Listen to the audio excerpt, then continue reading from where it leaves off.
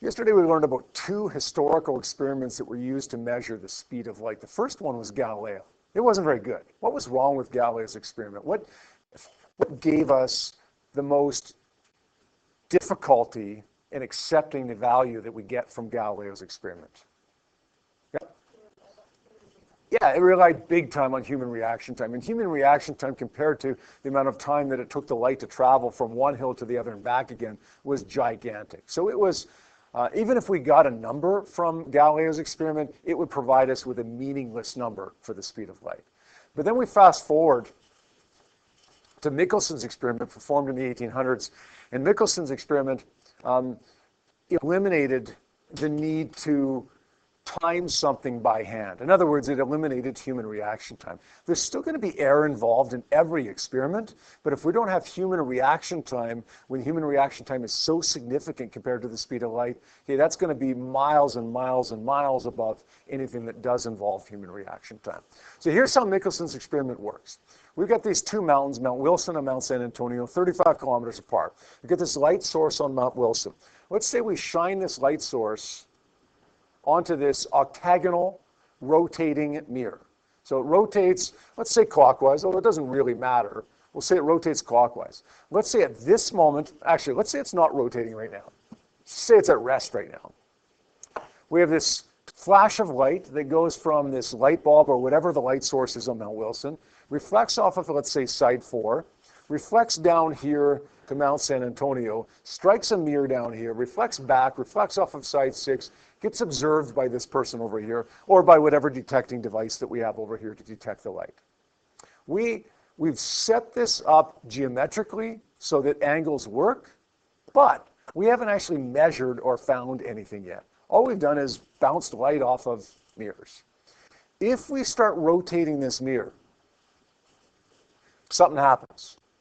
Let's say that first beam of light that goes from that light bulb at Mount Wilson still reflects off of side 4. It still manages to strike side 4 at the right angle so that it bounces down and hits Mount San Antonio. And that bounces back. If this mirror is rotating, then we may, in fact, there's a good chance that we're going to have a problem here. And that is that side 6 is no longer at the right angle to reflect the light back to the observer. Maybe what happens now is that during the time that it took the light to travel from here back up to here, maybe this 8-sided octagonal mirror has rotated like this. Now this beam of light that reflected off of Mount San Antonio strikes side 6 and goes up like this, doesn't get observed. So what do? We turn this thing on, it starts rotating, and we no longer detect this light at the observer here on the left-hand side. Let's turn up the frequency. If the light is not being observed at the observer right now, let's make it spin faster. If we make it spin faster, then maybe during the time that it took the light to travel, this highlighted yellow section here, maybe this mirror has made 1/8 of a rotation, exactly 1/8 of a rotation. It would have bounced off of side 6 if the mirror was stationary, but now during that time that it took the light to travel that return distance, if it's made exactly 1/8 of a rotation, maybe now it bounces off of side 5 at the right angle. How do we know that it's made exactly 1/8 of a rotation? Well, because if it's made less than 1/8 of a rotation, the angles are wrong and the light doesn't get detected. If we know the frequency of this rotating mirror, we can determine the period. If we know the period, we can determine the time for 1/8 of a rotation. And if we know the time for 1/8 of a rotation, then we know how long it took the light to travel that return distance. Knowing that time and knowing the distance, we can determine the speed of light.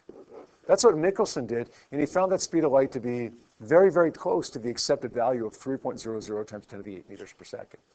Now, I can't remember if it was this class or the other class yesterday. Somebody asked me, what if it's spinning faster? Like, what if it's making like 2/8 of a rotation or 3/8 of a rotation? Would it work then?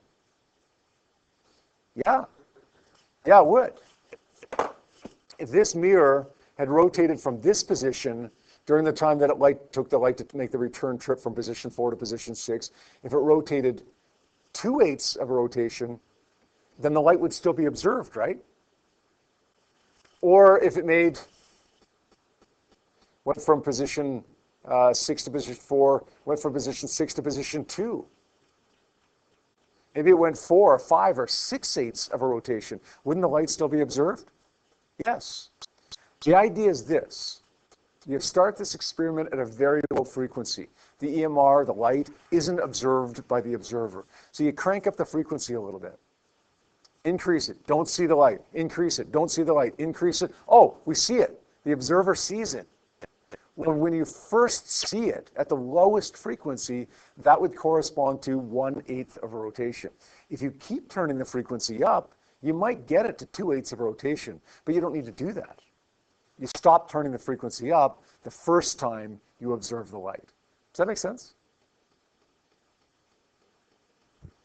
All right. There's a strategy that we learned yesterday to solve these problems. And that strategy involves just writing down two simple equations from Physics 20. V equals d over t, and t is equal to 1 over f. Always, every single time, write down those two equations. Every single time you get one of these questions on a quiz, it's going to happen. On a unit test, it's going to happen. On a unit assignment, it's going to happen. And in all likelihood, on your diploma exam, it's going to happen. Write down these two equations. Know that you're going to just sub in numbers and solve for something. Does anybody remember what I'm going to solve for first? Not by design, not because I'm necessarily trying to solve for this thing first, but it always just works out that way. I'm always going to solve for either little t or big T. I'm not trying to, it just works out. Now know that little t is the time for 1/8 of a rotation, and big T is the time for one complete rotation. If we solve for little t, we don't want it. We want big T. If we solve for big T, we don't want it. We want little t. We always want the one that we don't have. If you got little t and you want big T, how are you going to find it? We've solved for the wrong thing, but the good news is it's not hard to convert little t to big T. If you've got the time for 1/8 of a rotation, you want the time for one complete rotation, multiply it by 8. If you've got the time for one complete rotation and you want 1/8 of a rotation, then what are you going to do? Divide it by 8. So write down your equations. Same equations always. Solve for either little t or big T. Then either multiply it by 8 or divide by 8. And then figure out what you're looking for. We had 2 questions for homework last night. Worksheet number 14, questions 1 and 2. I want to go over those questions now. Question number 1 on worksheet 14 says the speed of light found by a Michelson experiment was 2.9 times 10 to the 8 meters per second. 2 hills were 20 kilometers apart. What's the frequency of the rotating mirror? Circle that because it's kilometers, right? Here's the strategy. Remember, write down 2 equations. V equals d over t, and t is equal to 1 over f. Time for 1/8 of a rotation right there. The time for one complete rotation, and this is the time for 1/8 of a rotation. Sub in your numbers. Get something. Found the speed of light to be 2.90 times 10 to the 8 meters per second. The distance here is what? 20? 20,000? What is it? What is it? No. 20,000? No. 40,000. 40,000 because it's the distance there and back. If you go back to the diagram that we have here of the Michelson experiment, this is 20 kilometers right here. We want 20 kilometers and then another 20 kilometers. Now, I've had this question before. Not very many people have asked this, but occasionally people will say, well, look, if this is the 35 or 20 kilometers, whatever, aren't we at a bit of an angle there? So isn't the distance a little bit different? If we're talking about over a distance of 35 kilometers, and you're going from side 8 to side 2, let's say, that angle is going to be very, very, very, very small. So in other words, it's pretty much going to be just parallel to each other, right? In other words, there's going to be an error there, yes, but it's going to be so insignificant that it's really not going to matter. The distance will be pretty much the 35 or the 20 kilometers or whatever the case may be. In this case, though, it is 20 kilometers, but it's there and back, so it's going to be 40 kilometers. We want to convert that to meters. We get 40,000 meters. Oh, look at that. We're able to solve for T1/8 right away, the time for 1/8 of rotation.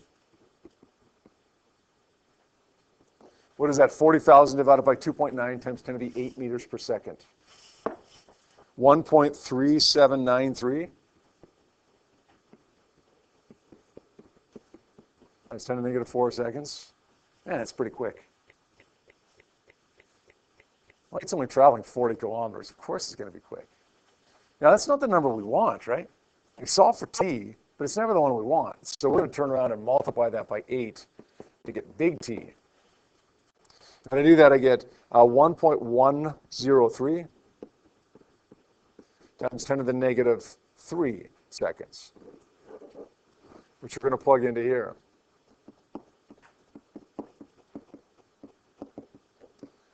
F goes up, 1.1 goes down.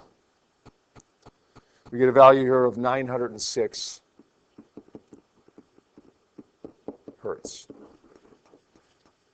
So that's our answer. And you know what? The frequency will usually work out to be 10 to the 2. Not always, but usually like 5, 6, 7, 8, 900 hertz, usually 10 to the 2. Okay, if I got a number that was like 10 to the 3, 10 to the 4, doesn't mean for sure that it's wrong, but it means I probably should check my work.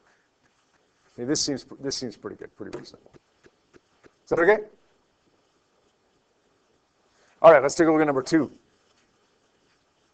Michelson used an 8-sided mirror to measure the speed of light. The mirror was rotating at 1.87 times 10 to the 6 revolutions per hour. We don't want that. Two wheels are 35 kilometers apart. What did Michelson determine the speed of light to be? Yeah, Connor?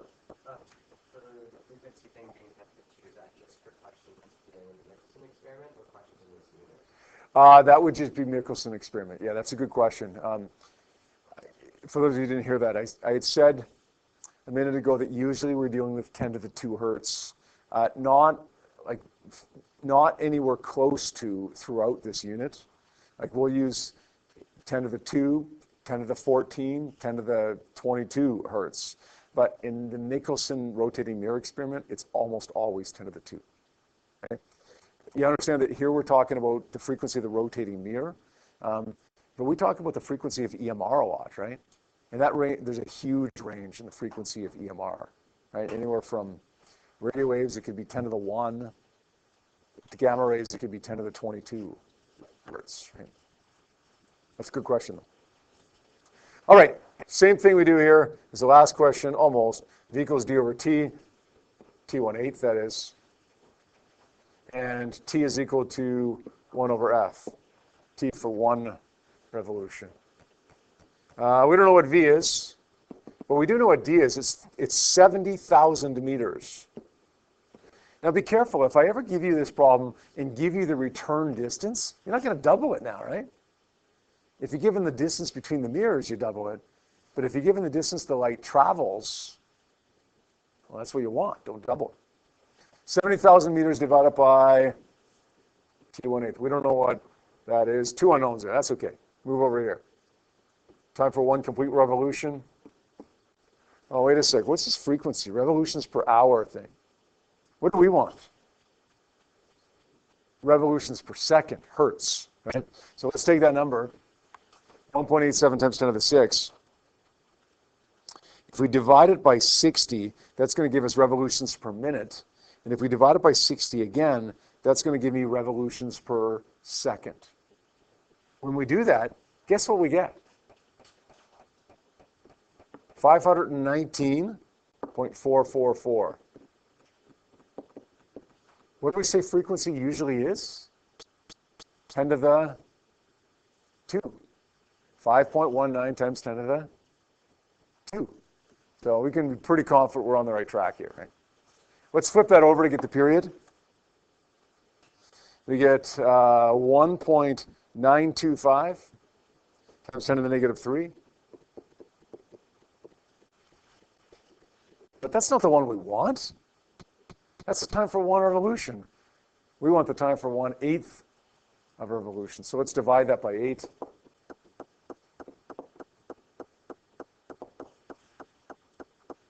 Gives us 2.406 times 10 to the negative 4 seconds.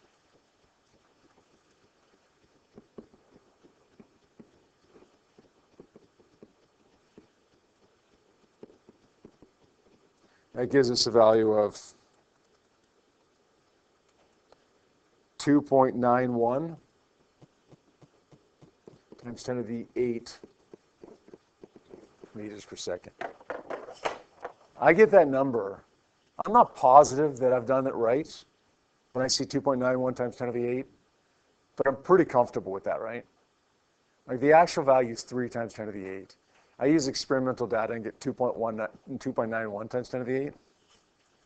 I've probably done this right. Right? The odds are I've done this correctly.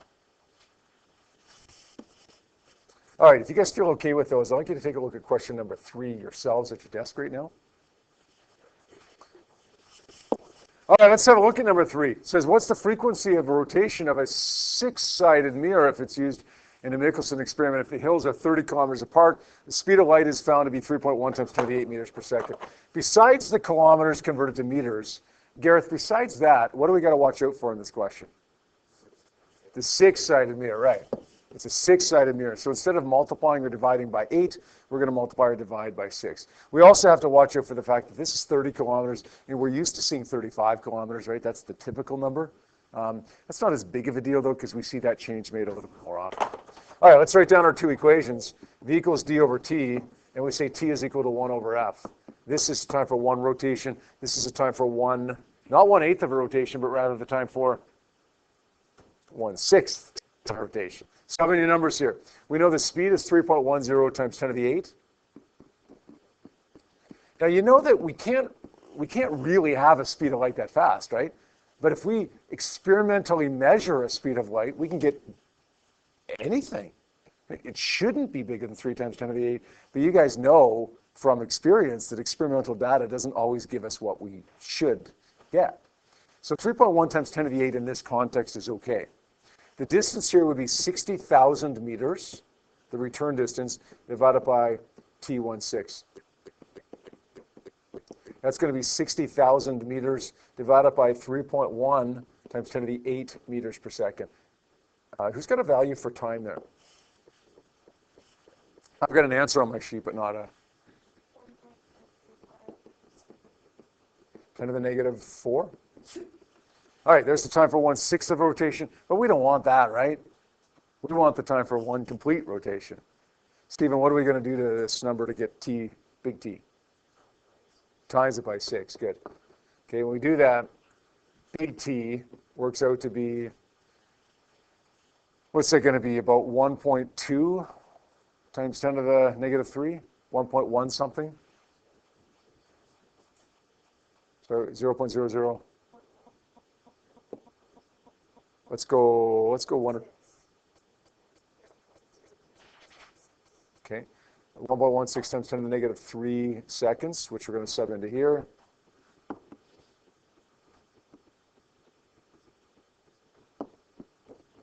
And then we flip that over and we do that. Now we should get 861 hertz.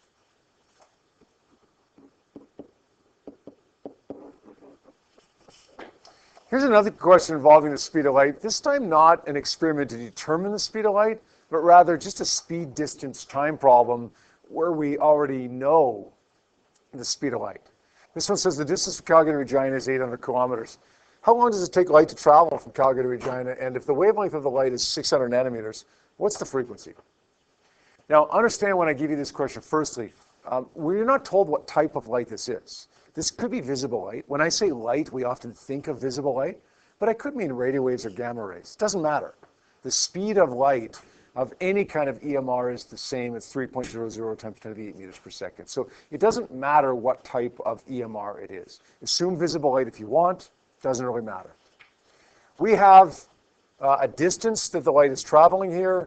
of 800 kilometers or 800,000 meters.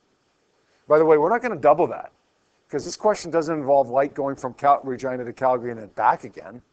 Okay, this is not a Michelson question like we were just doing. This is just Calgary to Regina, here's the distance. The wavelength is 600 nanometers. I'm going to say 600 times 10 to the minus 9 meters. We're looking for the time, and we're looking for the frequency. Is there anything else that we know here? Read between the lines, there is something else we know. Speed of light. Call it V, call it C. Doesn't really matter. 3.00 times 10 to the 8 meters per second. Now, if we want to find the time that it takes the light to travel from Calgary to Regina, then we're going to say just V equals D over T. Take the T up by multiplying, the V down by dividing. T is equal to D over V. So distance is 800,000 meters divided by the velocity or the speed, which is 3.00 times 10 to the 8 meters per second. And divide those, we get 2.67. 2.67 times 10 to the negative 3 seconds. 2.67 times 10 to the negative 3 seconds. Does that seem reasonable? Yeah, I mean, Calgary and Regina are 800 kilometers away. But if light can travel across Canada 50 times in 1 second, then it's going to go pretty quick from Regina to Calgary. How do you find the frequency? We've already done questions like this. How do you find the frequency? 1 divided by that number? No.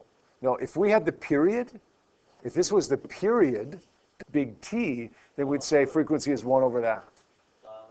This one? 1 over this? No. You're never going to go 1 over little t. Never. You will sometimes go 1 over big T, but not here. Because we don't know what big T is. Rather, we're going to say V is equal to F times lambda, or F is equal to V over lambda, or you could say C over lambda, the speed of light, which is 3 times 10 to the 8 meters per second, divided by lambda, which is 600 times 10 to the minus 9 meters. That gives me 5.0 times 10 to the 14 hertz. When we started this question, we didn't know what type of EMR we had. Could have been visible light, could have been radio waves, didn't really matter. We know what type it is now. 5 times 10 to the 14 hertz is what type of EMR? Visible light. Falls nicely in the middle there between 4 and 7.5 times 10 to the 14 hertz. I'm going to ask you to do 4 questions on this now, worksheet number 15. There's 5 questions on this page. I only want you to do the first 4 questions, please. They're going to go very, very quickly for you. But I'm going to ask you to do those for homework tonight. We'll take a quick look at them tomorrow. So worksheet number 15, questions 1 to 4, please, for tomorrow.